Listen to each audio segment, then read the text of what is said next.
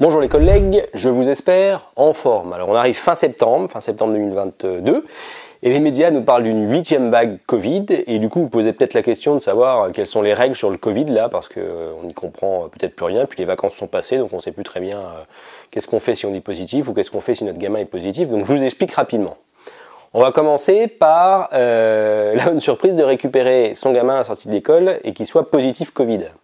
Donc si vous devez garder votre enfant à cause du Covid, est-ce que vous avez toujours le droit, dans la fonction publique, de l'ASA Covid? Eh bien non, ça a changé, il n'y a plus d'ASA Covid, ASA, autorisation spéciale d'absence Covid. Donc soit vous êtes sur un poste télétravaillable comme les collègues du siège généralement, et dans ce cas, vous restez chez vous en télétravail et vous gardez votre enfant. Soit vous êtes sur un poste qui n'est pas télétravaillable, ce qui est le cas des collègues des lycées, et dans ce cas, vous devez prendre sur vos jours enfants malades, 12 jours ou 6 jours, si vous êtes marié avec quelqu'un qui a aussi des jours enfants malades. 6, sinon c'est 12, il n'y a que vous qui avez droit, qui êtes fonctionnaire et qui avez droit aux jours enfants malades. Donc ça, ce que je vous dis, c'est important là, il faut prendre maintenant les jours enfants malades si votre enfant a le Covid, il n'y a plus d'ASA spécifique Covid, ça c'est important, c'est à retenir, c'est une petite modification que les collègues n'ont pas en tête, mais ça a changé récemment. Donc gros point de vigilance. Je continue sur la situation où c'est vous cette fois qui êtes positif Covid. Vous faites un test, vous êtes positif Covid. Vous devez vous isoler immédiatement et la durée d'isolement, elle va dépendre de votre schéma vaccinal. Je vous rappelle, si vous avez eu le Covid, un certificat de rétablissement vous permet d'avoir un schéma vaccinal complet, valide, et c'est pendant 4 mois. J'ouvre une parenthèse sur les doses de rappel, parce qu'on n'y comprend en fait plus rien, ces doses de rappel. Aujourd'hui, on en est à la 4e dose, c'est-à-dire administrer la 2e dose de rappel. Et cette 2e dose de rappel, cette 4e dose de vaccin, elle n'est pas pour tout le monde.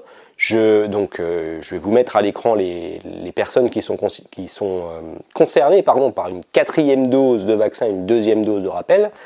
C'est donc les personnes qui sont fragiles au Covid, on va dire ça comme ça, les personnes de plus de 60 ans, les femmes enceintes, c'est ouvert aussi aux professionnels de santé, la 4e dose de vaccin, la 2e dose de rappel, aux professionnels du secteur de la santé. Bon, je vous mets tout ça à l'écran, vous regardez, mais retenez, vous avez compris, le schéma vaccinal complet, c'est pas 4 doses de vaccin pour tout le monde, pour l'instant c'est 3 doses de vaccin, ou alors 2 doses, et puis si vous avez eu le Covid, vous savez comment ça marche ça aussi, mais 4 doses, ce n'est pas pour tout le monde.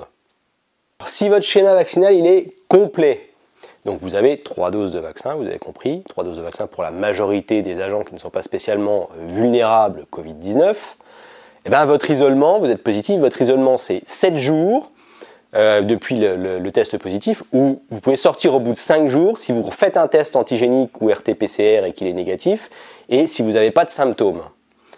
Sinon, c'est 7 jours. Et si vous ne voulez pas réaliser de test d'ailleurs, vous devez rester 7 jours à l'isolement aussi avant de retourner au travail. J'ouvre une parenthèse aussi, vous dire qu'il n'y a pas de jour de carence. Si vous êtes à l'isolement pendant 7 jours, en arrêt maladie pendant 7 jours, il n'y a pas de jour de carence. La suppression de ce jour de carence, c'est acté jusqu'au 31 décembre 2022.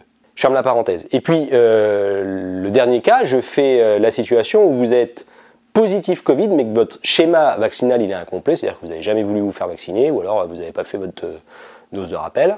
Là, c'est 10 jours d'isolement, ou alors 7 jours. Si au bout de 7 jours, vous faites un test, et puis que le test est négatif, vous n'avez pas de symptômes, là, vous pouvez retourner au travail au bout de 7 jours. Sinon, c'est 10 jours. Pareil, si vous ne voulez pas faire de test au bout de 7 jours, vous restez 10 jours à l'isolement avant de retourner au travail. Et peut-être que vous posez aussi la question de savoir qu'est-ce que vous faites si au bout des 10 jours, par exemple, vous avez des symptômes qui sont persistants Covid-19. Est-ce que vous retournez quand même au travail?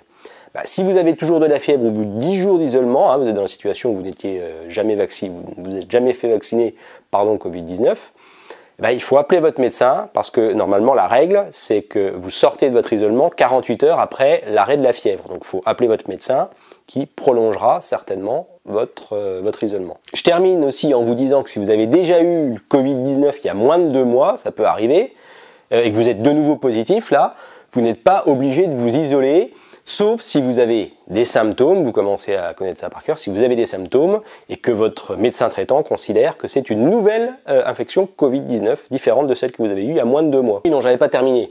J'ai oublié de vous donner quelques informations sur la situation au Conseil régional de Bourgogne-Franche-Comté, spécifiquement dans ma collectivité d'appartenance. Vous dire qu'au 30 août 2022, c'est les derniers chiffres que le directeur général des services nous a donnés à la dernière réunion de dialogue social. On avait eu 1333 collègues malades Covid-19 depuis le début de l'épidémie, 522 au siège et 811 dans les lycées. Donc voilà, vous avez les derniers chiffres. Et que conformément à notre demande, à cette réunion de dialogue social de rentrée, la région a fourni au lycée des nouvelles dotations de masques, tissus et chirurgicaux pour les collègues particulièrement fragiles Covid-19, des autotests aussi dans les lycées, et pareil au siège, on a des masques à disposition dans les accueils et des autotests à dispo dans les accueils, c'est ce qu'on avait demandé nous à l'UNSA, et donc l'administration a accepté de commander et de redistribuer dans tous les lycées et sur les sites, dans les accueils administratifs, pour les agents, autotests et masques. Voilà, fini pour cette fois, je pense vous avoir donné l'essentiel. Si vous avez aimé cette vidéo, comme d'habitude, un petit pouce bleu, ça encourage, je te remercie. Et puis surtout, abonnez-vous en cliquant sur la petite cloche des notifications pour ne pas rater les prochaines publications. À bientôt!